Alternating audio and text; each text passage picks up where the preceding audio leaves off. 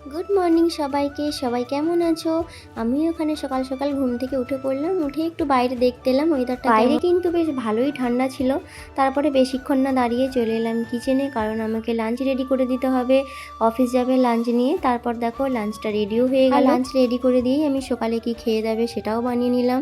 সকালের জন্য বানিয়েছিলাম ব্রেড অমলেট আর একটা কলা দিয়ে দিয়েছিলাম। দিয়ে সেটা খেয়েই তন্ময় অফিসে বেরিয়ে যাবে, ওটা দিয়ে দিলাম। তারপর তিথিকে অনেক কষ্টে ঘুম থেকে তুললাম। ঘুম থেকে উঠে উনি খাবার দেখেই তো মন খারাপ করে বসে আছে। যাই হোক, অনেক কষ্টে খাওয়ালাম। তারপর প্রায় 10টা বেজে গিয়েছিল। তারপরে একটু বাইরে বেরিয়ে দেখলাম এখনও প্রচুর পলিউশন, তার জন্য রোদ বেরোয়নি একটু, আর দোকানদারিও সেরকমভাবে খোলেনি।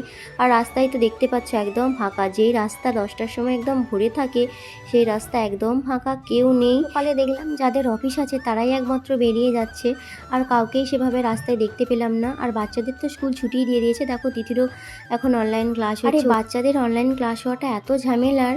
আচ্ছা আচ্ছা বলছে, মা মা দেখো এটা আমার ফ্রেন্ড, আমার খেলনাগুলোকে দেখাও, এই সমস্ত কাণ্ড। আর ভিডিওটা যদি ভালো লাগে একটা লাইক করে দিও।